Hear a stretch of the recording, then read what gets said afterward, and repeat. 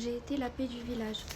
Oui, parce que j'ai été violée par un homme qui m'a violée plusieurs fois, qui m'a mise enceinte et j'ai gardé cet enfant. Il m'a violée plusieurs fois, une fois dans l'ascenseur, une fois dans un parc, une fois il m'a emmenée dans sa voiture, dans un lieu où personne ne pouvait ni me voir ni m'entendre crier.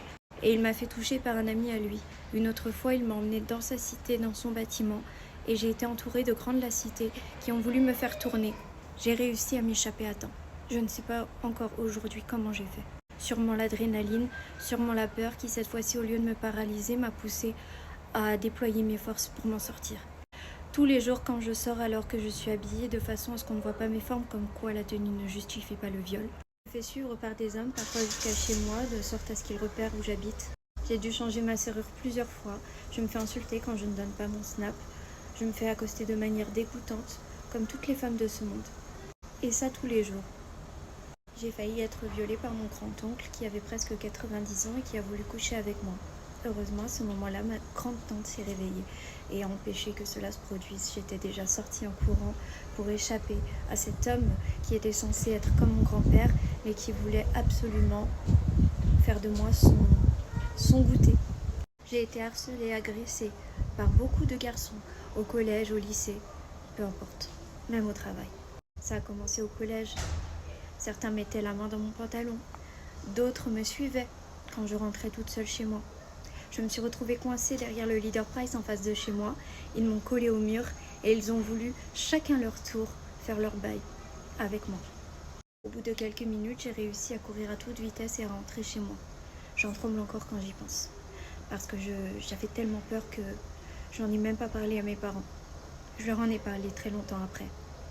L'homme qui m'a violée plusieurs fois et qui est le géniteur de mon enfant m'a poussée du haut de 2 étages. J'ai failli mourir.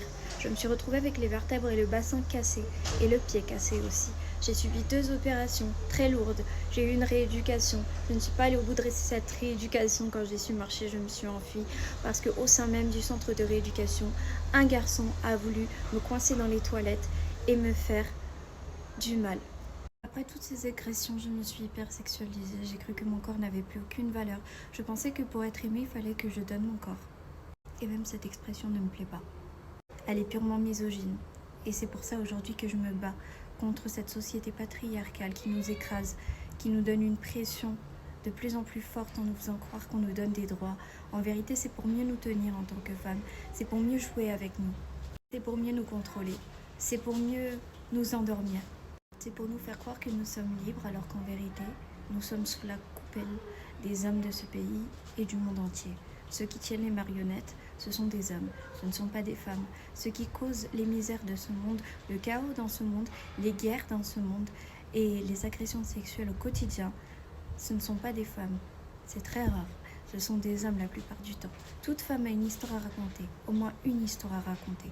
Si le monde n'était peuplé que de femmes, aujourd'hui on vivrait dans la paix. Heureusement, il y a des hommes qui nous soutiennent et qui nous comprennent et qui ne sont pas forcément des imposteurs, qui ne vont pas se mettre au devant de la scène pour s'attribuer notre combat, mais qui vont nous soutenir en silence et qui vont faire en sorte qu'on vive dans un monde meilleur, dans lequel on nous donne la parole à nous les femmes, dans lequel on nous fait briller nous les femmes, parce que nous sommes et nous serons toujours les reines de ce monde. Oui, j'ai été la paix du village, mais ça ne me définit pas. Ça ne me caractérise pas. Je suis Nessa Yem, je suis ma foi avant tout, je suis mon passé, mon présent et mon avenir. Et plus jamais je ne ferai l'erreur de m'oublier complètement, de croire que les actes horribles de ces hommes me définissent et me réduisent en cendres.